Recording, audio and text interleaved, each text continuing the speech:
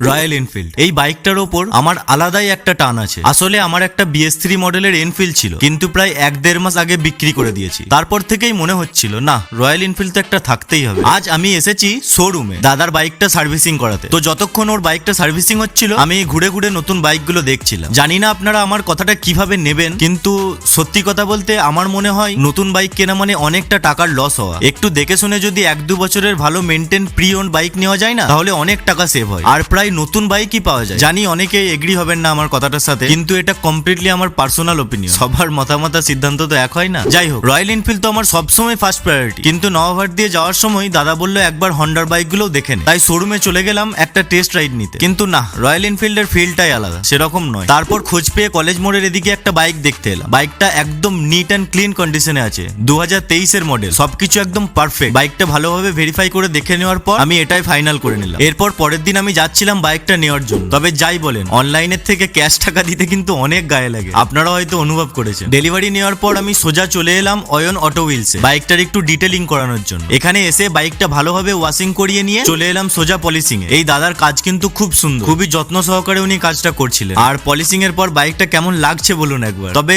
নতুন হোক বা প্রিয়ন, নিজের টাকায় কিছু কেনার অনুভূতিটা একদমই আলাদা। সবশেষে একটা ছোট্ট থ্যাংক ইউ আমার জীবনের সবচেয়ে গুরুত্বপূর্ণ দুজন মানুষকে, আমার মা এবং আমার ওয়াইফ। আমার মা, যিনি আমাকে এই কাবিল বানিয়েছেন যে আমি আজ নিজের দমে এসব করতে পারছি, আর আমার ওয়াইফ, যে সব সময় আমার পাশে থেকে যে প্রত্যেকটা ছোট বড় প্রবলেমে একদম পিলারের মতো সাপোর্ট দিয়েছে। থ্যাংক ইউ ভেরি মাচ এই দুজনকে। শব্দটা ছোট কিন্তু অনুভূতিটা বিশাল। তবে এটাই শেষ নয়, এখনো আরো অনেক বড় বড় মাইলস্টোন অ্যাচিভ করতে বাকি আছে, আর ইনশাআল্লাহ আমি সেটা পূরণ করবই। আজকের ব্লগ এখানেই শেষ করলাম। ব্লগ ভালো লেগে থাকলে লাইক শেয়ার ফলো করে যাবেন। দেখা হচ্ছে পরের ব্লগে।